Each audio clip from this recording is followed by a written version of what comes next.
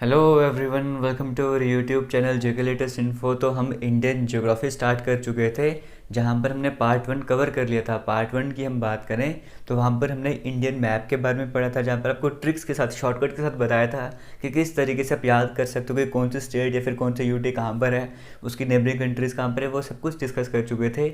आज हम second part की तरफ आ रहे हैं, जहाँ पर हम ये सारी चीज़ें पढ़ेंगे। आपको बताना चाहूँगा, जो आपको सामने स्क्रीन में दिख रहा है, हालांकि ये इंडियन ज्योग्राफी के अंडर नहीं आता, ये सब कुछ वर्ल्ड ज्योग्राफी का एक पार्ट रहता है।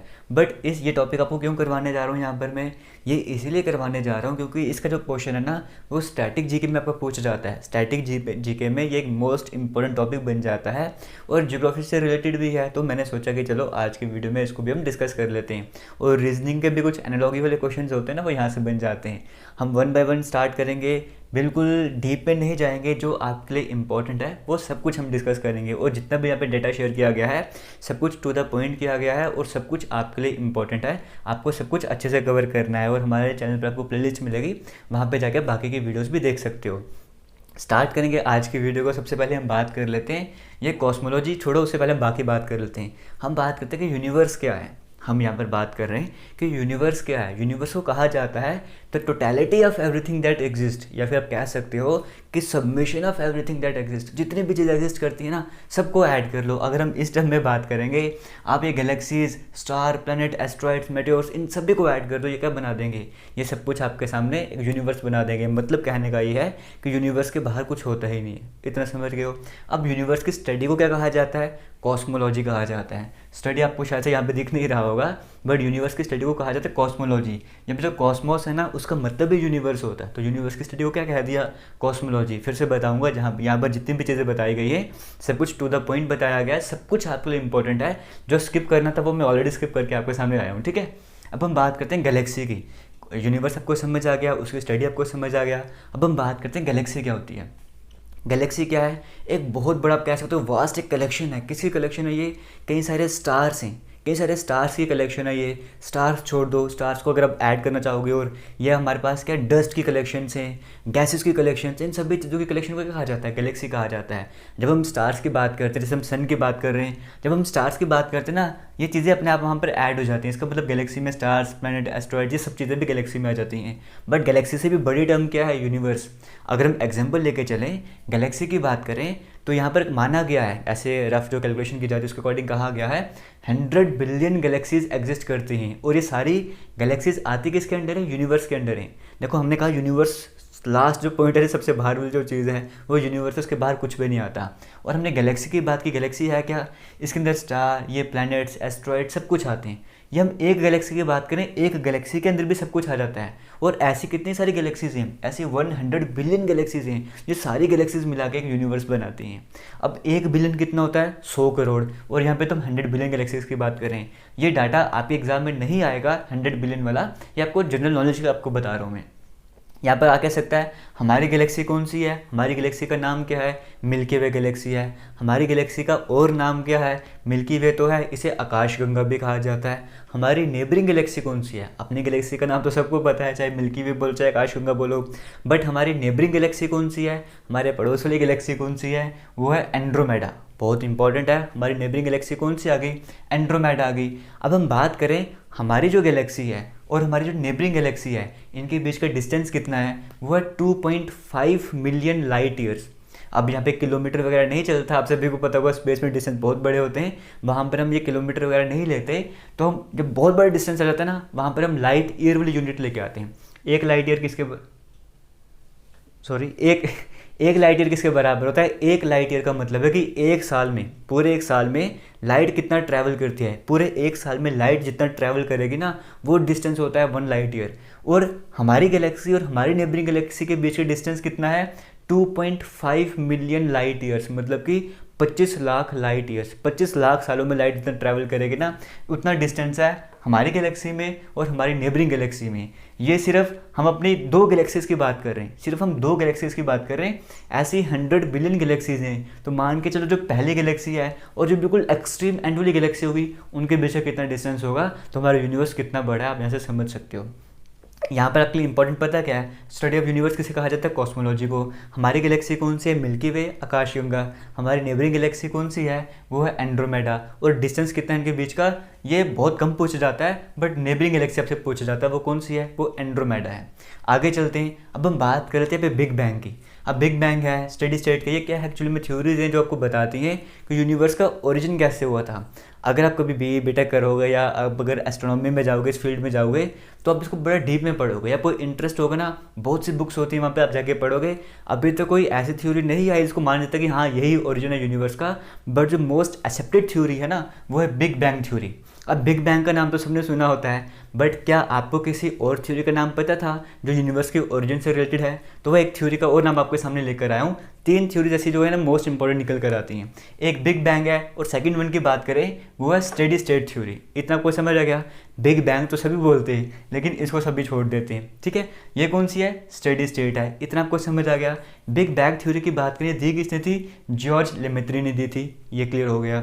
स्टेडी स्टेट थ्योरी की बात करें, ये 2 पर्सन थे, एक थॉमस थे, एक हर्मन थे, इन्होंने मिला के ये वाली थ्योरी दी थी। बट मोस्ट एक्सेप्टेड थ्योरी कौन सी है, वो है बिग बैंग थ्योरी। अब ये क्या है हम डिटेल में नहीं डिस्कस करने वाले, बस आपको पता होना चाहिए है कौन सी है, ये कौन सी थ्योरीज है, यूनिवर्स के ओरिजिन को लेकर थ्योरीज है कि यूनिवर्स बना कैसे था, वो बिग बैंग और स्टेडी स्टेट।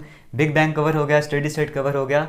अब हम चलते हैं स्टार्स की तरफ। आपको यूनिवर्स का समझ आ गया, ओवरव्यू समझ आ गया, गैलेक्सी का मतलब समझ आ गया। अब हम आते हैं स्टार्स की तरफ। अब स्टार्स क्या हैं, देखो स्टार्स को पैसा कैसे होता है कि ऐसी हेवनली बॉडीज़ हैं जो किसकी बनी होती है, हॉट बर्निंग गैसेज होती है ना, उनकी मतलब उनसे जो बॉडीज़ बनी होती है उनकी अपनी लाइट होती है हॉट बर्निंग गैसेज होती हैं, उनसे बनी हेवनली बॉडीज़ होती हैं, इनकी अपनी लाइट होती है। और इनका जन्म कहाँ पे होता है, नेब्यूला। नेब्यूला जो है ना, उसे बर्थ प्लेस कहा जाता है स्टार का। यहाँ पर नेब्यूला मैंने लिखा तो नहीं है, अगर आपको ये नीचे वाला पॉइंट दिख रहा होगा, बेस स्पेस दिख रही है आपको, मैं यहाँ पर लिख देता हूँ। ये आपको नेब्यूला देखने को दिख रहा है ना, NEBULA, नेब्यूला, इसे कहा जाता है बर्थ प्लेस स्टार का, यानी कि स्टार का जो जन्म होता है वो यहाँ पे नेब्यूला में ही होता है।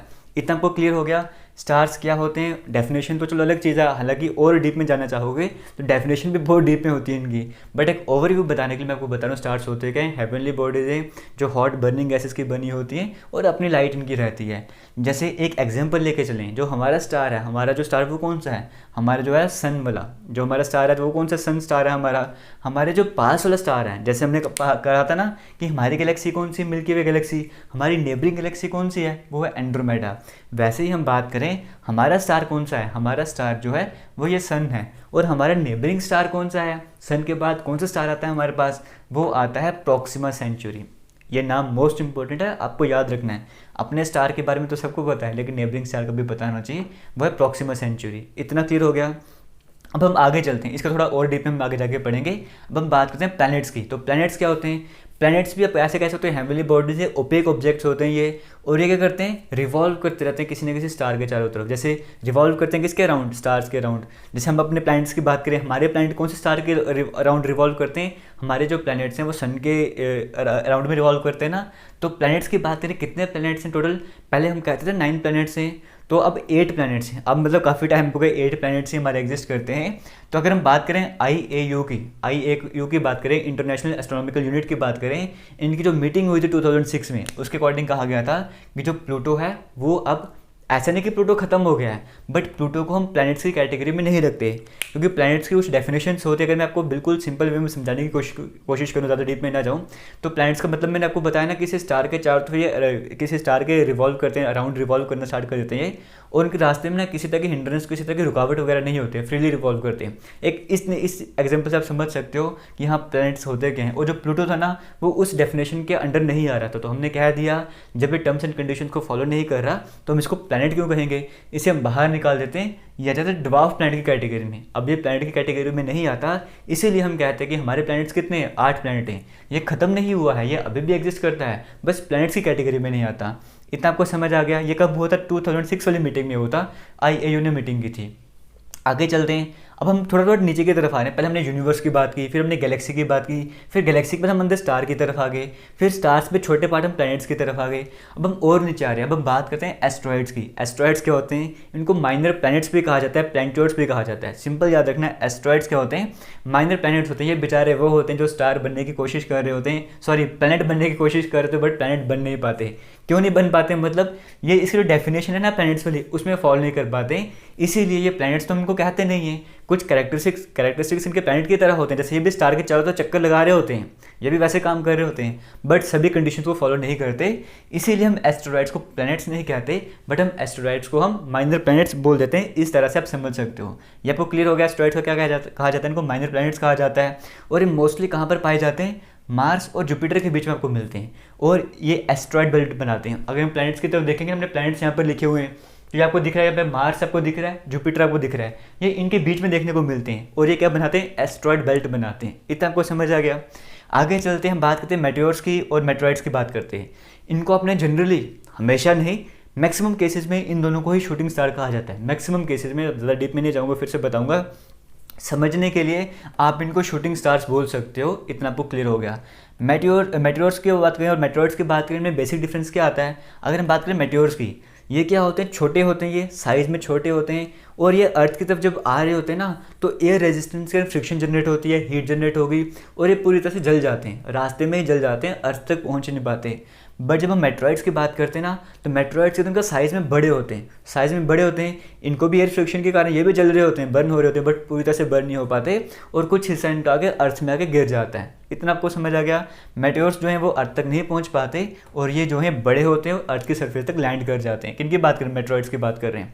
इतना आपको समझ आ गया। ये जो बेसिक सी चीज़ें थी आपको कवर हो गई होंगी। अब आगे की हम बात कर लेते हैं, ठीक है। हम बात करते हैं सोलर सिस्टम की। सोलर सिस्टम की बात करिए, क्या है? हमारे जो सन है ना, हमारे जो स्टार का सिस्टम है, उसे सोलर सिस्टम कहा जाता है। मतलब हमारे सोलर सिस्टम की बात करें, इसमें सेंटर में क्या आता है? इसके सेंटर में सन है, और सन के चारों तरफ कौन चक्कर लगा रहा है? प्लैनेट्स चक्कर लगा रहे हैं। हमने बात की थी एस्ट्रॉइड्स की, ये चक्कर लगा रहे हैं, और भी स्मॉल हेवनली बॉडीज है कई सारी, वो सारी यहाँ पे चक्कर लगाते रहते हैं चारों तरफ। इसकी प्लैनेट की हम बात करें, हमारे सोलर सिस्टम में सब कुछ आता है। सिंपल आप ऐसे समझ सकते हो। अब प्लैनेट्स कौन से हैं? 8। वो है मरकरी, वीनस, अर्थ, मार्स, जुपिटर, सैटर्न, यूरेनस और नेपट्यून। आप कैसे याद रख सकते हो? हम बचपन में क्या पढ़ा करते थे, या आपने भी हो सकता है वही चीज़ पढ़ी हो। माई very educated mother just shows us 9 planets. हम ऐसे पढ़ते थे ना, प्लैनेट्स तो गायब हो गए, वो पी वाला प्लूटो वाला। हम क्या पढ़ा करते थे? My very educated mother. My M से मरकरी, वेरी का वी से वेनस बन जाएगा, एजुकेटेड का अर्थ बन जाएगा। पहला लेटर लेते रहो, ठीक है। My very educated mother just shows us 9 planets. इस तरह से पढ़ा करते थे, आप जैसे मर्जी पढ़ लो। ये कैसी सीक्वेंस है? मतलब सन के पास वाला प्लैनेट ये आएगा, फिर सेकंड प्लैनेट ये है, फिर सन के बाद ये वाला प्लैनेट आएगा, थर्ड प्लैनेट, फोर्थ प्लैनेट ये है। इस कैटेगरी में इसको हमने लिखा हुआ है, इस ऑर्डर में हमने इसको लिखा हुआ है। यानी कि सन के सबसे पास वाला प्लैनेट कौन सा हो जाएगा? वो मरकरी हो जाएगा। और अभी बात करें सबसे लास्ट वाला कौन सा हो जाएगा? वो नेपट्यून हो जाएगा। अब हम बात करें मरकरी, वीनस, अर्थ, मार्स, ये 4 अलग रख दो, और वो 4 अलग रख दो। इनके बीच में क्या आ गया है? इनके बीच में एस्ट्रॉइड बेल्ट आ गया है। एस्ट्रॉइड बेल्ट मतलब क्या? हमने पढ़ा था ना एस्ट्रॉइड्स के बारे में, प्लैनेट बनने की कोशिश करते हैं, बन नहीं पाते, ये भी चक्कर लगाते रहते हैं, तो इनके बीच में मोस्टली मतलब पाए जाते हैं, इनके बीच में एस्ट्रॉइड बेल्ट बनाते हैं। अब वैसे जो पहले वाले 4 प्लैनेट है ना, इन्हें इनर प्लैनेट भी कहा जाता है, और बाकियों को आउटर प्लैनेट भी कहा जाता है। एक तो इस तरह से भी कहा जाता है, और साथ ही साथ और क्या कहा जाता है? इनको टेरेस्ट्रियल प्लैनेट्स भी कहा जाता है, और इनको ना जोवियल मतलब गैस वाले प्लैनेट्स भी कहा जाता है। ये मोस्टली मतलब इनमें कुछ ना कुछ मैटर रहता है, और ये गैस के बने होते हैं। गैस के बने होते हैं तभी तो सन से दूर भाग गए ना, क्योंकि इतनी ग्रेविटी वगैरह इन पर इफेक्ट नहीं डाल पाती है, तो सूर्य से थोड़ा दूर की तरफ भाग गए, और इनके अंदर कुछ ना कुछ है, ग्रेविटी के पास रहते हैं सन के, तो इसलिए सन के पास आ जाते हैं। टेरेस्ट्रियल प्लैनेट्स हो गए, या फिर इनको इनर प्लैनेट्स भी कहा जाता है, और उनको आउटर प्लैनेट्स भी कहा जाता है। अब हम 1 बाय 1 थोड़ा इनके बारे में जो भी इंपॉर्टेंट चीज़ें हैं वो डिस्कस कर लेते हैं। जैसे हम सन की बात कर लें, सन क्या, हमारा स्टार जो है सन है, हमारे पास वाला कौन सा है? प्रॉक्सिमा सेंचुरी है। अब हम सन की बात करें, इसका साइज़ कितना है?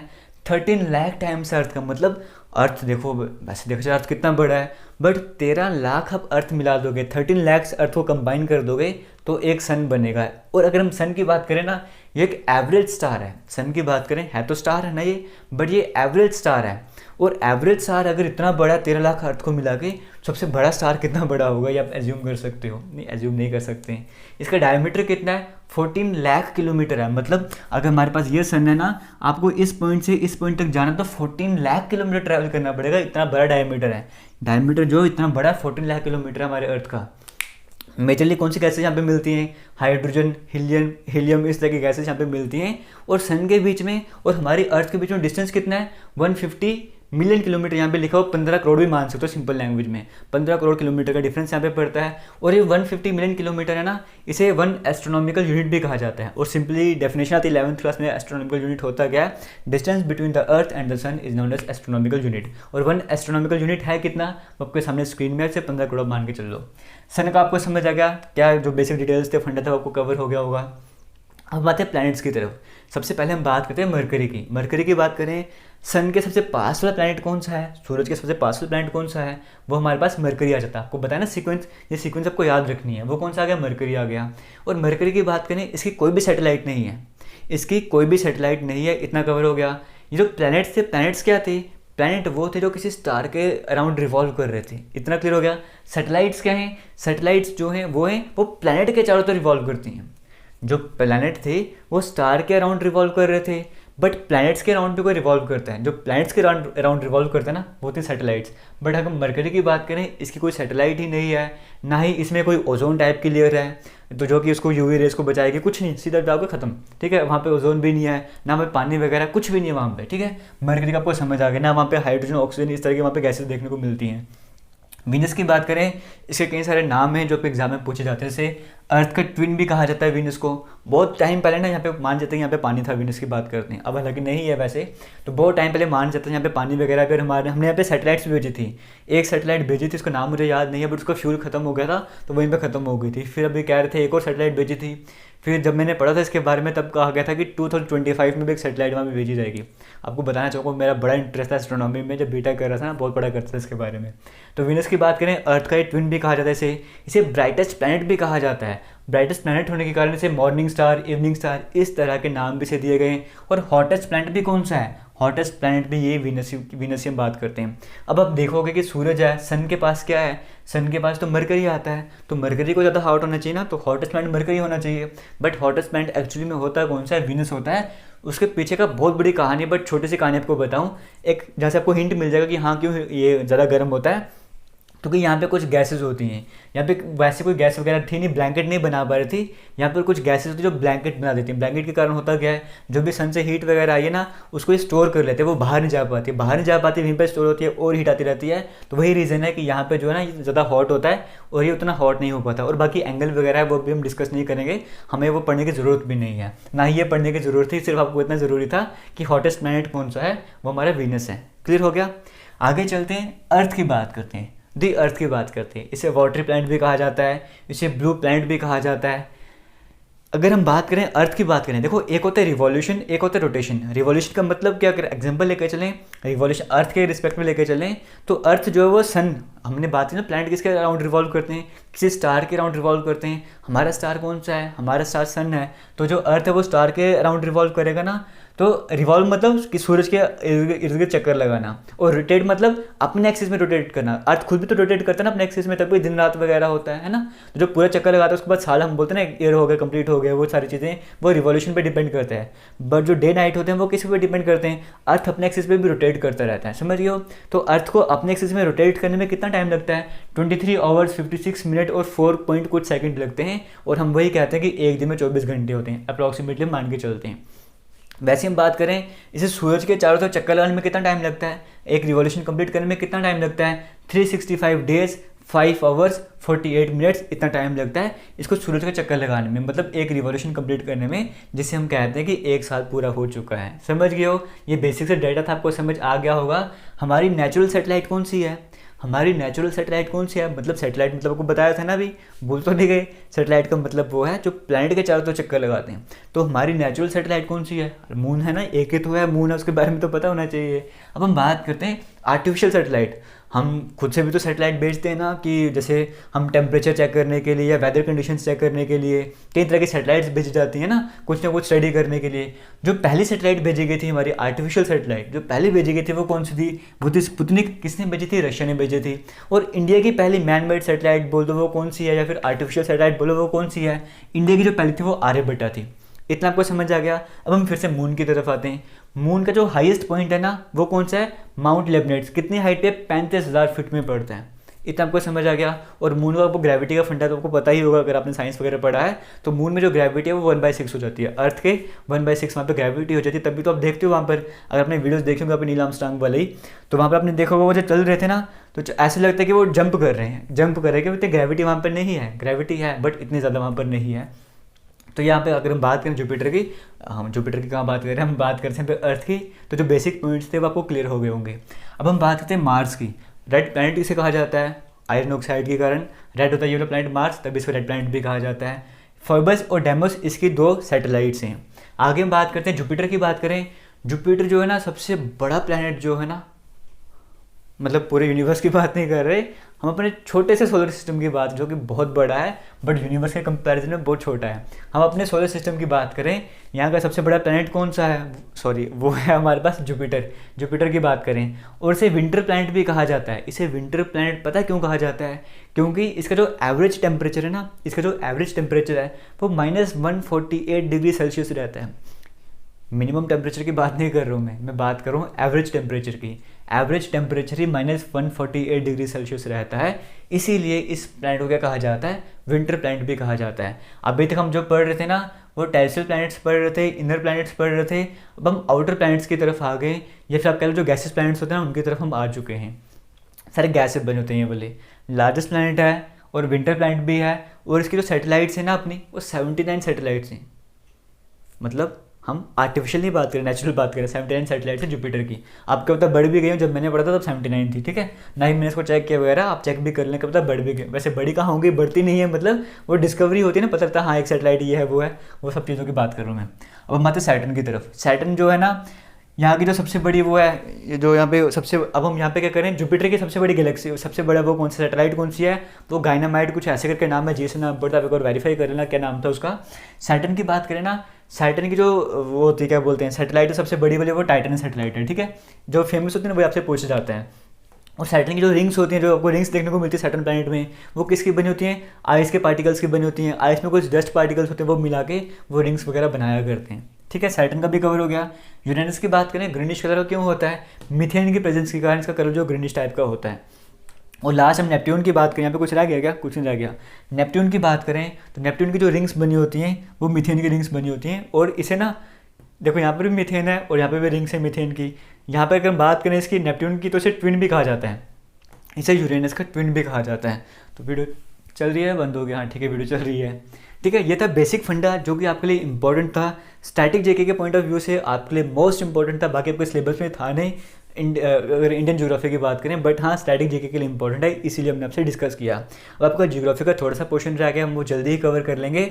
और पूरे ज्योग्राफी के किसी भी टॉपिक की जो भी हमने करवाया आपको क्लास 4 के लिए, हम 1000+ क्वेश्चन सीरीज स्टार्ट कर चुके हैं, जो कि क्लास 4 में आपके काम नहीं आएगी। आप आने वाले टाइम पे जेके पुलिस के फॉर्म दोगे, जेके एसएसबी के और पेपर आएंगे, जेके पीएससी के होंगे, जेके एसएसबी के होंगे, सभी एग्जाम्स में जम्मू कश्मीर की ज्योग्राफी, जम्मू कश्मीर की हिस्ट्री, इंडियन ज्योग्राफी, स्टैटिक जेके, वो सब कुछ रहता है। उसको ध्यान पे रखते हुए हम 1000+ क्वेश्चन वाली सीरीज स्टार्ट कर चुके हैं, जो डेली आपको हमारे चैनल पे प्लेलिस्ट में मिलेगी। वहाँ पे जाके करना, आप एक बार पढ़ लोगे पूरी ज़िंदगी आपके वो काम आएगी। और हमारी जो ऑफिशियल वेबसाइट jklatestinfo.com, वहाँ पे जाके ज़रूर विजिट करना, वहाँ पे भी आपको सब कुछ मिल जाता है। और हमारे जितने भी सोशल मीडिया हैंडल्स हैं सभी जेके लेटेस्ट इन्फो के नाम से हैं, आप ज्वाइन कर सकते हो। हमारा टेलीग्राम भी ज्वाइन कर सकते हो। टेलीग्राम का बेनिफिट ये मिलेगा आपको कि वहाँ पे कई सारी बुक्स फ्री में अवेलेबल हैं, आप जाके डाउनलोड कर सकते हो। वहाँ पे कुछ देर के डिस्कशन भी रहते हैं, आप डिस्कशन भी कर सकते हो। और भी कई सारे स्टडी मटेरियल वहाँ पे अवेलेबल हैं, आप जाके ज्वाइन कर सकते हो। लिंक डिस्क्रिप्शन बॉक्स में मिल जाएगा। और इंस्टाग्राम भी हमारा जेके लेटेस्ट इन्फो के नाम से है। किसी भी तरह का डाउट होगा तो वीडियो के कमेंट सेक्शन में ज़रूर पूछना। थैंक यू, जय हिंद।